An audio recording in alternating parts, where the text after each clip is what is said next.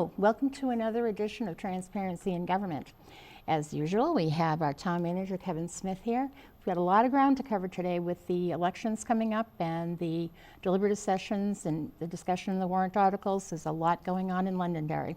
So we're just going to get right to it. And Kevin, what do you want to start with first? Budget, warrant article? Oh, Dottie, I think it probably makes sense to start with talking about the warrant articles and the budget, and Okay. As we're nearing the end of budget season here. So there's been a lot of work between November and to get to where we are now.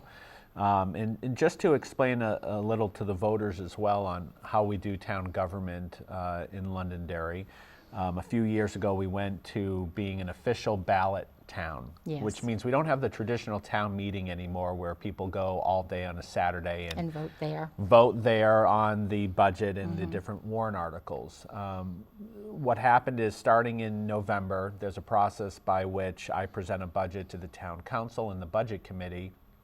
And then over the next few months, they'll debate that budget and hold Now, public hearings. That budget that you're presenting to them, are the department heads telling you what they need in their budget? Are you giving them direction? How's that work? Yeah, it's a little of both. So the town council initially gave me direction to come in with a budget that was at default. Okay. And so your default budget is basically your previous year's budget plus any contractual increases, whether they're union contracts or vendor contracts. So it's your last year's appropriations plus those contractual obligations. I then let the department heads know to give me a default budget. They give that budget to me. I then I look at that, make some changes here or there. I then present that budget to the town council. And then, as I said, the council and the budget committee will debate that budget, hold public hearings over the next few months to get to a point to where we are today. And that is that last night the town council signed off on the final operating budget and complete warrant for the town. Okay. So all the various warrant articles plus your operating budget. They're set. Those are all set. The next step in the process is we have what's called deliberative session. It's a little like town meeting, but it's not, as I said, you don't actually vote there on each item now. So what happens at the deliberative is it's an opportunity for the voters to go and ask questions about each warrant article. Motions can be made to change funding on the warrant articles or to make slight changes to the wording. But That don't change the purpose. but correct. yeah. You can't change the purpose of the warrant article, but you can change some wording, Yeah. you know, small Clarification kind of clarification thing or type of whatever, things. yeah. Or, as I said, you can change funding as well. And Now, can you actually go ahead. vote not to present that on the warrant when it goes to the voters? You can't do that. I didn't think so. Okay. What you could do is, if you wanted to essentially take a warrant article off, you could zero out the money, funding yeah. of that warrant article, or you could add a word like "not" in it. So if it said, you Yeah. know, vote to raise, you could say vote not to raise. yeah. So that happens at the deliberative session. The deliberative session is Saturday, February 7th. So again, that's a Saturday morning, 9 o'clock, February 7th, that people will have the opportunity to come and debate the town side warrant only. The Yeah. school warrant gets a deliberative session on Friday the 6th. So they'll be up Friday evening the 6th at the high school cafeteria. The town is Saturday morning the 7th when all of this happens. Okay. Once the deliberative session is over and the warrant is set, then it goes to a ballot, and that voting takes place on Tuesday, March 10th. So people will go to vote on the budget, the entire warrant, school and town, on Tuesday, March 10th. Now, we can make amendments to articles in the warrant, can't we, as far as like if we wanted to reduce the warrant by a certain amount? Correct. So, what we're actually doing is we're voting on what is going to go to the general vote. Yes.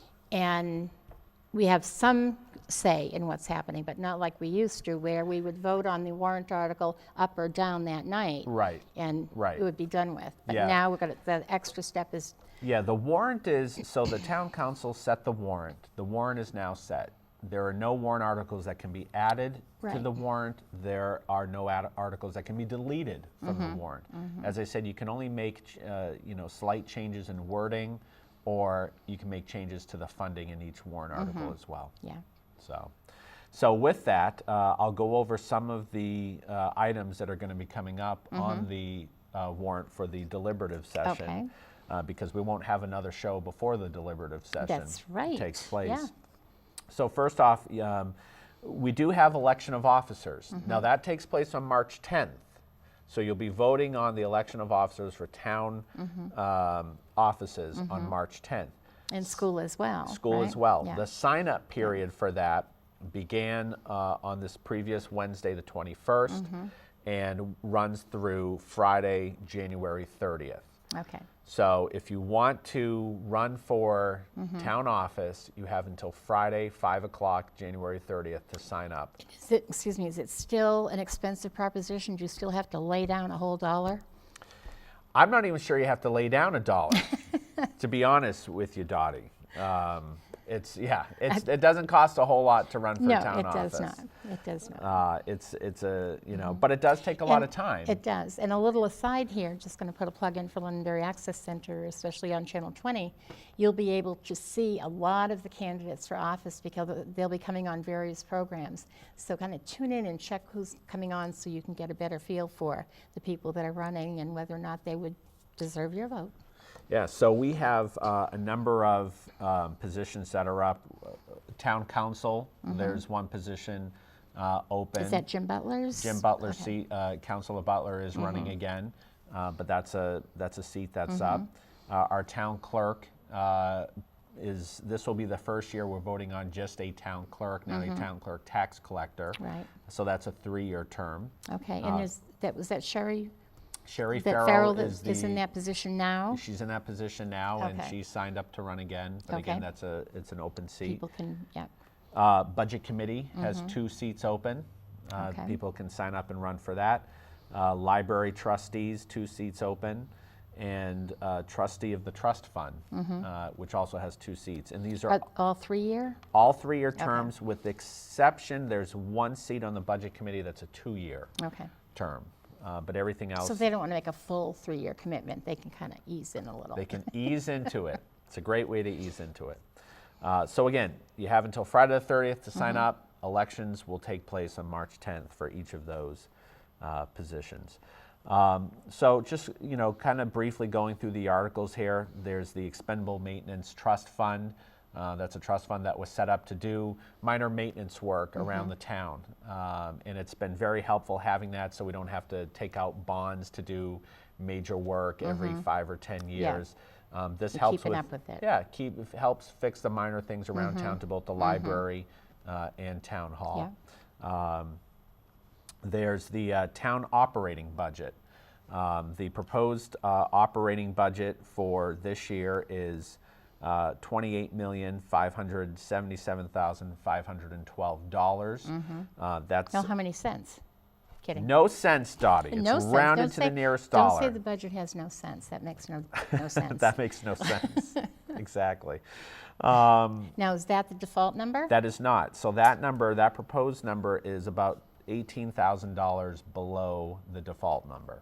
Okay. So slightly lower than default. That's pretty tight.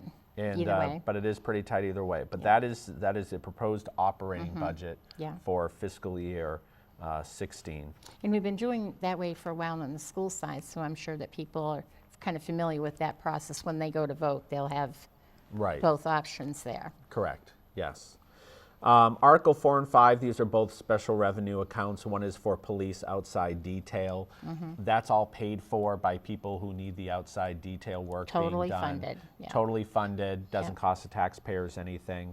The sewer fund, again, it's by users of the sewer. It's yeah. helped to pay for repairs and maintenance to our sewer. Again, completely user funded, doesn't cost the taxpayers anything. Article number 6 is to purchase fire equipment. This would be for 3 mechanical CPR devices to put in each of our ambulance. Sounds like a good plan. They're definitely needed. Yeah. It's at a cost of $50,000. Now, I should note at this point that we have a undesignated fund balance. Can you Which explain is to people what basically, that sure. was? So what it is at the end of each fiscal year, you have an amount of money, hopefully, that you either haven't expended or you have revenues that came in higher than what you projected. Right, but you can't spend them just because they came in Correct. higher. Yeah, you can only, that's a very good important point, you can only spend the amount that's been appropriated by the voters. So if the voters say we're going to give you $30 million and you take in $40 million of revenue, you can't spend that extra That other 10 $10 million is not a windfall. Correct. Yeah. So that goes into your fund balance. Now, once it goes into your fund balance, you can then use it in the next budget Right. to help offset the costs of various items. Now, in our last budget, fiscal year 15, the one we're currently in, we didn't use any of our fund balance. The reason we didn't is because it had gotten to a level where the Department of Revenue recommends you don't Don't go fall lower. below. You should keep a Yeah. healthy amount in your fund balance for any kind of catastrophic event that may Yeah. happen to the town. So we didn't use any of our fund balance. We finished fiscal year 14 on a very positive note in that our expenditures we underexpended our budget, which was good news, and we had revenues that came in higher than projected, Okay. almost to the tune of $1 million when you combine both of them. The good news about that is we then had money to use in our fund balance this year to help offset the cost of a number of these items. So for instance, the Expendable Maintenance Trust Fund, we used fund balance to pay for that, so that will have no impact. Okay. We won't have to raise money from the taxpayers in order to fund that. The fire department equipment for the CPR devices, again, being funded out of the fund balance. That's great. So it doesn't require us to raise property taxes to fund those. We have a roadway maintenance trust fund. We set up this trust fund again so we could get away from having to do roadway bonds Yeah. in the future, and instead could just have a reoccurring trust fund that we voted on every year to help keep our roadways up, Yeah. and repair our roadways. This would be to allocate $500,000, appropriate $500,000 into that trust fund. $250,000 of which would be paid for from the undesignated fund balance. Okay. So again, we're only having to raise half of that through property taxes. Can you expand just a little bit on that one? Because I know there's always a question as to how much can you do on roads and that with that amount of money. Sure. And I think we've been continually not funding enough to maintain the roads 100%. Would that be Well, accurate? if you talk to Janos, he'll tell you that, yeah, we should have a significant amount more to be maintaining the amount of roadway that we have. That being said, you always try Do to what you can. balance between what our needs are versus what can the taxpayers afford at any given time, Yeah. and you try to balance that all out. Janos, I will tell you, he is great at stretching a dollar. He is. He makes it go very far. Yeah. And so ideally, while we'd like to try to be putting probably more into the trust fund each year, This is a reasonable approach. I think it's a reasonable approach right now. Okay, It's yeah. a balanced approach, and it gives us money going forward Yeah. to continue to work on the roads that are in most need of repair in the town. Article number 8 is a zoning ordinance rewrite.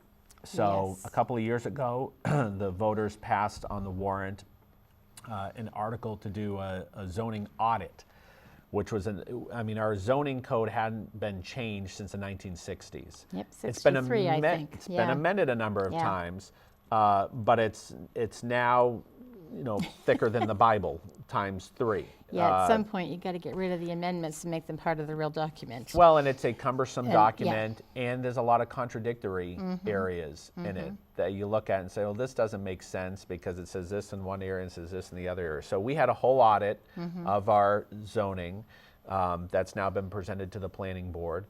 And so now the recommendation has been to go forward with the actual rewrite of our zoning code to make it more modern, to meet the needs of the community today, and to make it less cumbersome on the developers and builders who have to read this stuff. And that's such a monumental undertaking to do all of Huge. that rewriting. Yeah.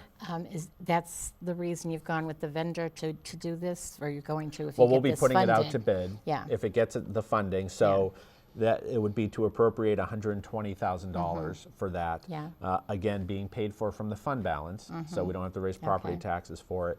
But we will ultimately bid it out, you know, and, Yeah. and get the best and cheapest. Yeah.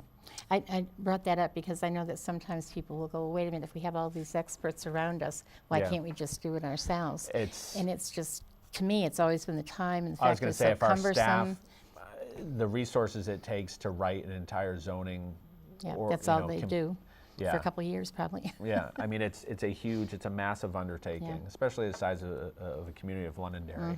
But it's something that needs to be done, and Yep. it's exciting too that we're finally overhauling all of these codes. Yeah. So, Article number 9 is establishing a new GIS capital reserve.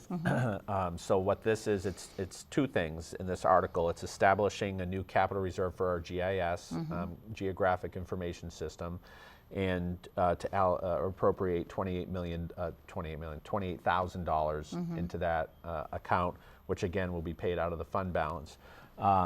This is something that almost every department in the town uses the GIS system. We have one of the best GIS mapping systems in the state, if not the best. It's very helpful to developers as well when they're looking to come into town to go online, use our mapping system to see where facilities are, to really find out more about properties. It's a great, great system. If people haven't used it before, I'd encourage them to go online, go into the interactive tools and pull up the GIS map. It's a really neat system. Cool. So that's Article number 9. And again, on that one, you're spending a little money, but it's actually got a good payback for you. It's got a great payback. Yeah, absolutely. Article 10 is to appropriate money into our capital reserve fund for various vehicles. And so what we have here is there's to the tune of $295,000 to be split between highway trucks, highway heavy equipment, fire equipment, and Pillsbury Cemetery expansion. So that's the non-vehicle part of it, but it's part of our capital funds. That's Interesting in there. grouping, but yeah. Well, you know, what do they say? People are dying to get in. Yeah. And how So- many dead people are in there already? All of them. All of them, yeah. But it's, you know, it's a need that we have in town to expand that particular Yeah. cemetery. Yeah, and I think that's been a need for a while, if I remember It correctly. has, Yeah. And so there's money appropriated into these areas here. We have, you know, all of our different fleets are all on schedules. So the ambulances, Right. the fire trucks, you know, the highway equipment, they're all in different various schedules, and so we appropriate the money depending on what the schedule is, Right. and what the needs are at that point. We have started a leasing program for a number of our vehicles on the police side. This year, we've actually put the ambulance leases into the operating budget, taking them Okay. out of the capital account. So it's moving the money around, but it makes more sense to have them in the operating budget because it's going to be a reoccurring expense Right. every 3 to 4 years. Yeah. It makes more sense to do it that way. But that's what the capital reserve account is for these kind of items. Article 11 is to raise $105,000 for a school resource officer. Currently, we have 2 SROs, one at the high school and one at the middle school. This would be a third one to be used in between the elementary schools. It's the police department has felt it's a need of the community. It's something that they would like to have, so that there is school resource officer at the elementary schools as well. And you know, the reality is having these police officers at the schools. I mean, we've heard a lot about school-place violence, unfortunately, over the last few years, and this is it's a big deterrent. Right. To making sure those incidents and events Yeah. don't happen in our community. I know that a lot of times people will ask, it says school resource officer, why is it in the town's budget? Can you explain the rationale behind that? Sure, because it's still, the resources are coming from the police department. Okay. And so ultimately it ends up in the town budget as opposed to the school budget. Okay. And that school resource officer, although they're reporting to the town, they're also staying right tight in the loop with the school district, so they know what's going on. Absolutely. Okay. Absolutely. Yep. Article number 12 is to discontinue the ambulance capital reserve fund. So that's something I talked about before, where because we're moving the ambulance leases into the operating budget, Right. we no longer need them in the capital reserve fund. So this Okay. is just to discontinue that. The monies that are in there will be returned to the fund balance. Okay. Because there are monies currently in that capital account. So it's not, the town will still see those monies, but they go into the general fund balance. Okay. Rather than staying in the capital Now, reserve fund. with the ambulances, there's a cost to the person who rides in the ambulance, correct? I mean, the cost, the patient, Yes, there's there a is. cost to And them. we bill but the- that's not set up the same way that you have the other accounts set up where it's self-funded and No, it doesn't quite cover it isn't. maybe? That's correct. Okay. The cost to run our ambulance is greater than the cost with the monies we get Okay. from when we bill a person if they have to use the ambulance services. Okay. So if we were, because there's been talk about doing that by putting it into its own special account where your ambulance revenue would pay for ambulance costs. Yeah. The problem with doing it is, like I said, it doesn't completely cover the cost. And number two, you're then pulling that revenue out of your general revenue account and putting it into a special account, Okay. which means your tax rate's going to go up because you still have to find revenue to pay for the other things Right. that those things were paying for previously. Okay. Article 13, the purchase of a conservation easement. This was done by citizens petition.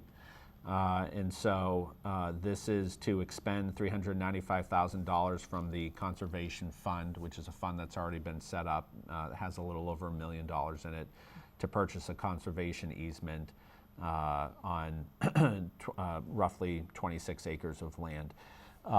Again, done by citizens petition. So any citizen can propose to have a warrant article Right. on the ballot by having 25 signatures of registered voters in town. And so one of the citizens in town proposed this, handed it in. It has to go on the warrant, Right. irregardless of what the council or budget committee's recommendations are on it. Now, do we know where that 26 acres is? It's on Kimball Road.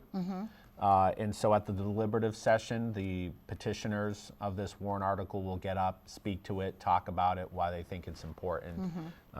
And again, you can amend the wording, but just technical wording of it. And I should mention this too, that at the deliberative session, if there is a motion to amend a warrant article, the wording or the funding, it has to be supported by a majority of the voters there that day. Right.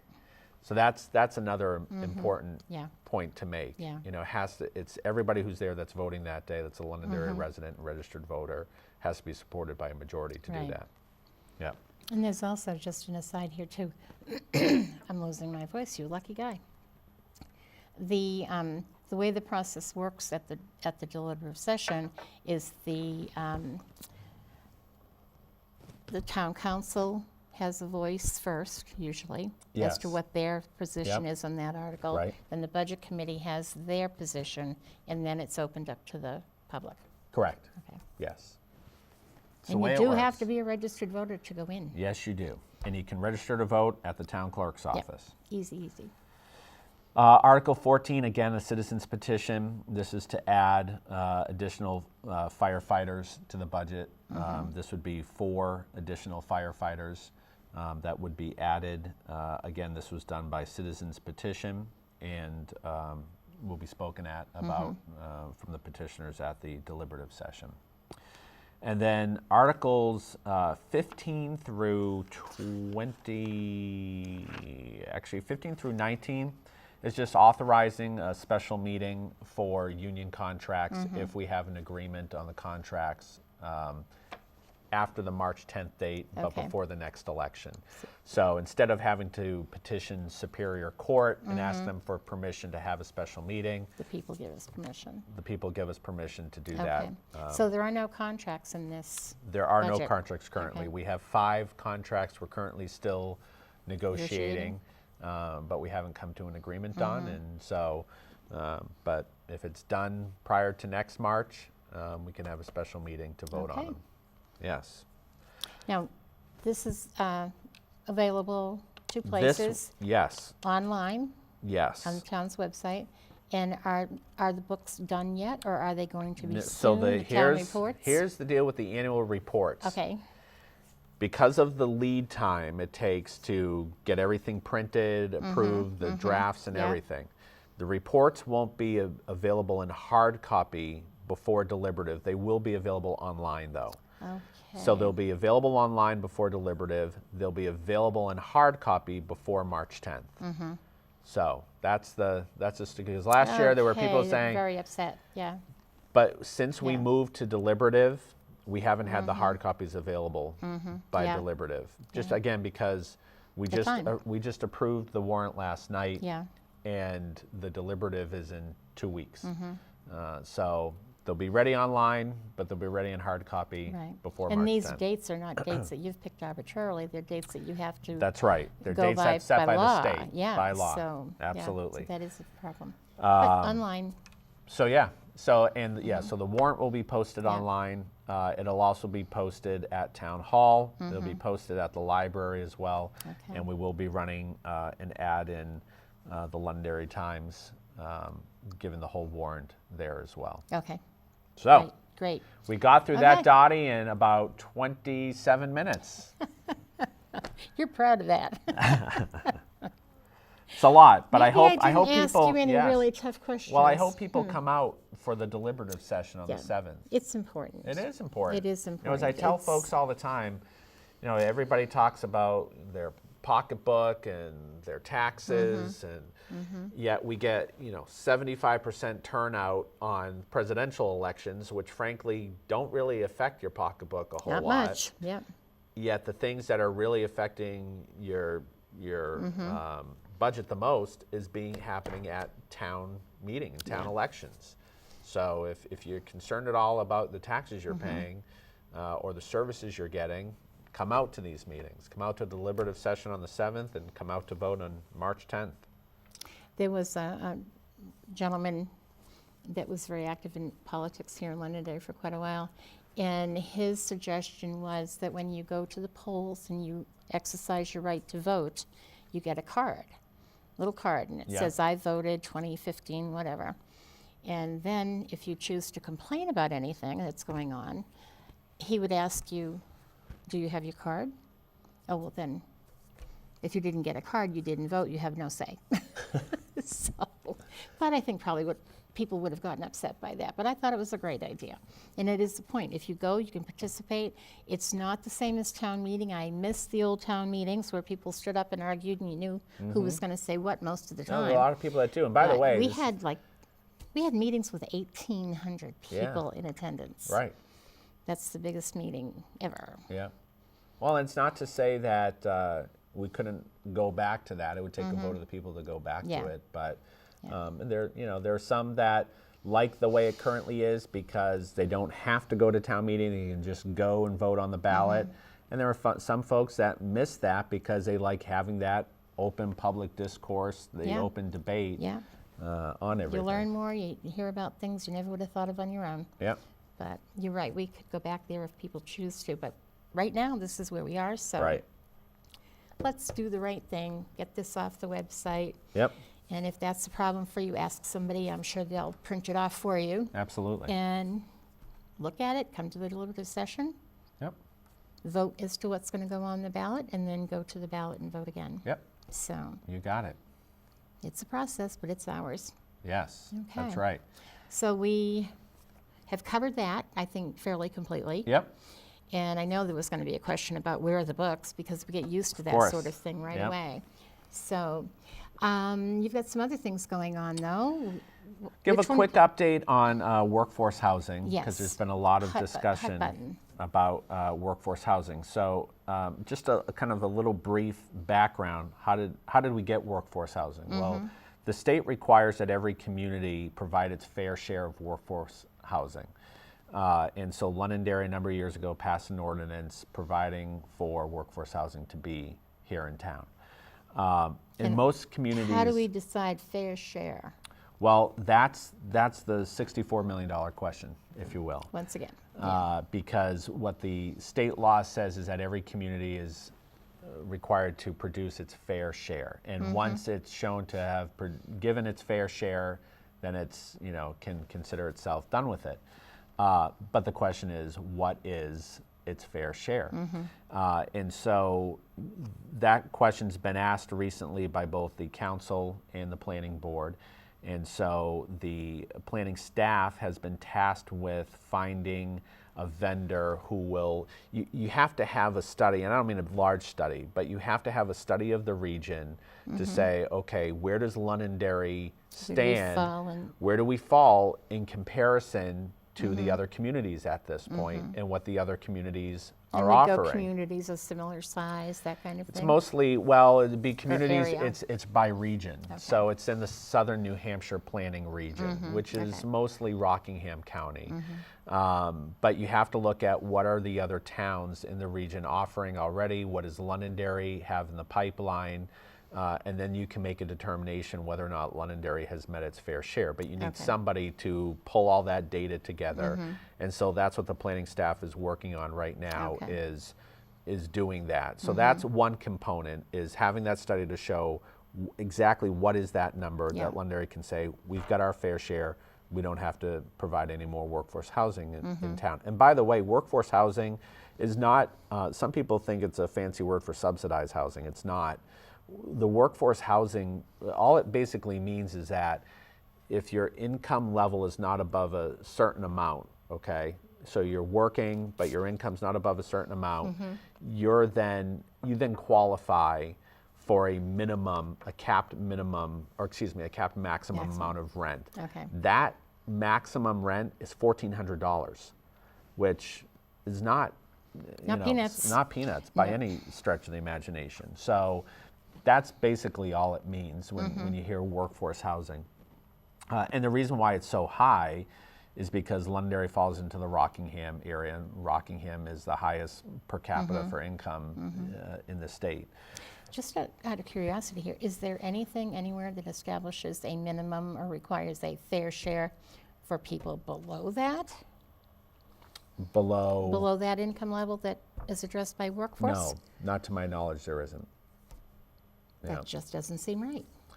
So, well, and these, these are all the issues that are debated in Concord and, then get put down on the lower levels, so the local levels, I should say. So anyway, so that's what's being figured out right now. And the other part of it is our actual ordinance itself, in that Londonderry adopted an ordinance that is probably the most, even though it has a workforce housing ordinance, probably one of the most restrictive in the state. So it was almost written in a way to discourage anyone from building workforce housing. As a result of that, what it's done is it's caused all of these developers who are bringing in workforce housing to go to the zoning board and ask for relief in a number of areas because they feel the ordinance is too restrictive. And Southern New Hampshire has looked at our ordinance and said it's very restrictive. For instance, we require that 75% of all workforce housing developments be workforce housing. So if you're building a development, you have to have at least 75%. Most communities, it's 25, 30%. Makes it a little bit more palatable for the developer. So all the developers have asked for relief in that particular area.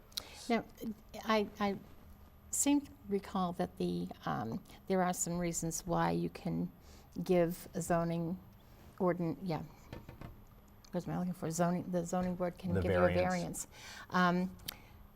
And hardship, economic hardship, didn't used to be part of that package, but now is it? That's what I thought. It kind of complicates the whole issue too. Yeah, it does. It does. So that's, so that we have two issues going on. One, what is the fair share? And two, does Londonderry need to change its ordinance so that we don't have so many developers going through the ZBA asking for Right. relief and getting it because it's shown that the Already gotten. ordinance is too restrictive. So both of those items are being looked at. Okay. And the hope is to have some resolution here within the next few months on how we proceed forward with it. Good. Yes.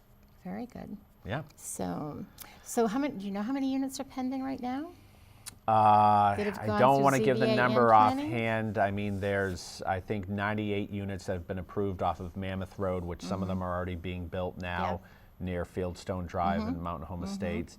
Wallace Farms, they have approval as well, I believe, for 240 units. Wow. 50% of which will be workforce housing. There's another, I think, 90 or 78 condominium approval almost on the Derry line off of Londonderry Road. And that is, I think, also 50% workforce. Those are the ones that all So we're have really been, not slacking here. It's being addressed. well, I don't think, it's definitely being Yeah. addressed, Okay. absolutely. And whether or not it's met the fair share, I don't we know don't the know yet. answer to that, but it's definitely being addressed. And then there's the 280 unit proposal off of Stonehenge, Right, yeah. which is the one that's caused a lot of lot of discussion ink. over the last Yes. Yeah. few weeks. Yeah. Okay. That's So, a lot. That is a lot. Yeah. So what about TIF? That's like a nice, easy one. No controversy. I'm being sarcastic. So the TIF district, it's I made a proposal to the council at the last council meeting to make two amendments. One, to shrink the size of the district.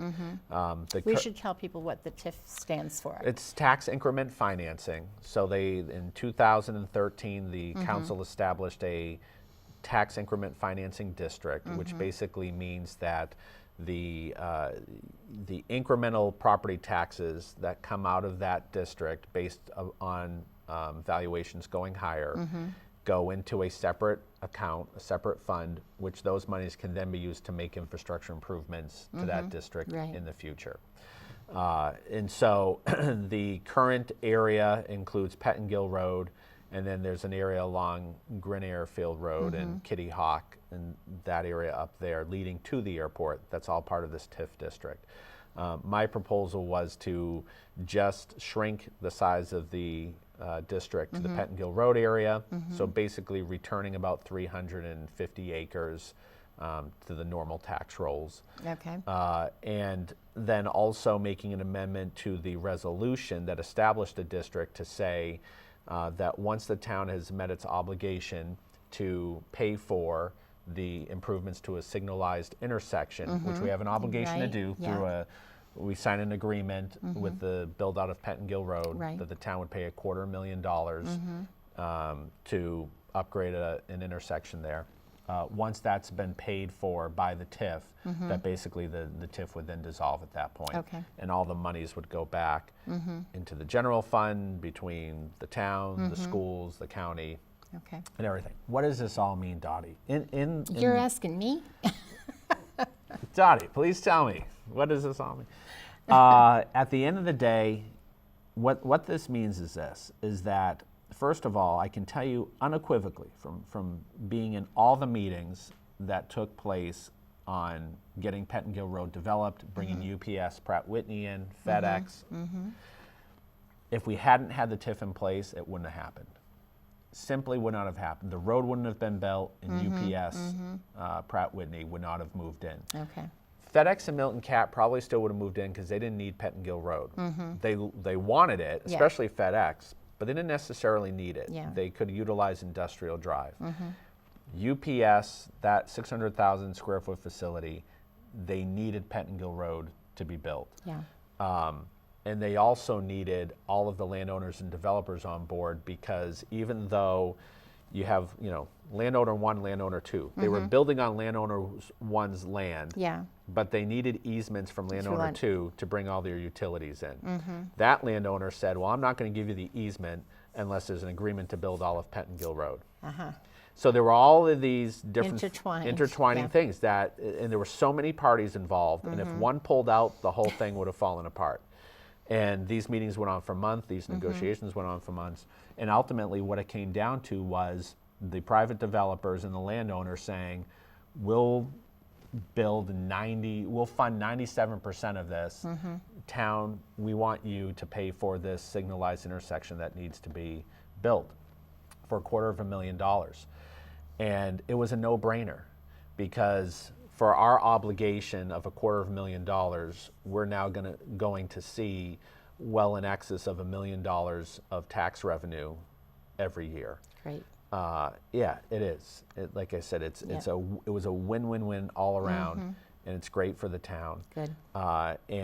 Once we meet that obligation, there really isn't a need to have the TIF in place up there anymore. Okay. So it served its purpose. That's what I was just going to say. Yes. Sounds like it served its purpose. That's great. Yeah. So That's great. That's I agree. great. Good answer. Good answer. Was there something else we were going to talk about? I don't think so. Is that it? I think Okay. that's a lot for As soon now, as they isn't turn it? the cameras off, we'll probably We'll remember. think of it. Yeah. Yeah. That is a lot. That is a lot. And would you just go through the dates one more time? Yes. Before we So wrap up. people who want to sign up to run for office have until Friday the 30th at 5 o'clock to do that. The deliberative session is on February 7th, Saturday at 9 a.m. Voting is March 10th. And the Super Bowl, Dottie, is February 2nd. Okay. Any predictions? No. Depends on whether or not they use Or first? inflated. I think it's February 1st, maybe. I don't know. Sunday. Oh, it's Depends on Sunday. whether they inflate the footballs for this game. That's true. haven't- We can do another whole TV show on that topic. And I know you like sports. I do. So, Kevin, this has been great information. I think this is the kind of thing people need around this time of the year, so they're not left out there in the dark wondering what's going on with their community. I think you explained very well that it's their vote that makes the difference. You've Yes. presented what you think is reasonable and adequate to keep the town where it is, and so I think that what we need to do now is take the time to self-educate yourself. Make sure you read these articles for yourself. They're online, and that's very easy to work on the town's new website. It's super easy to get around on that. And if you don't have access to one, let someone know, and I'm sure they'll at least print out the warrant for you. So I'm glad you got together with us today, and we will be back again in February, at which time we will be probably talking about election results and things. No, we won't. Not yet. No. We will still be talking about these things, maybe. See what happened to Deliberative the will deliberative be session. over. Yeah. But I'm sure there'll be new But we'll issues be able to talk about what discuss. happened at deliberative. Yes. Yeah. Absolutely. Okay. So I want to thank you for joining us, and please keep watching. If you would like to be on a show in CTV20, or if you would like to host your own, or maybe learn how to run camera, something like that, there are some great opportunities here. And volunteering for the Unitary Access Center always looks good on your resume. So please join us. There's some contact information at the end of the show. And thank you for watching. And Kevin, thank you so much for being with us again. Thanks for having me on. I love the transparency in government that we are experiencing these days. Absolutely. It's great. Thanks, Kevin. All right. Thank you. Okay.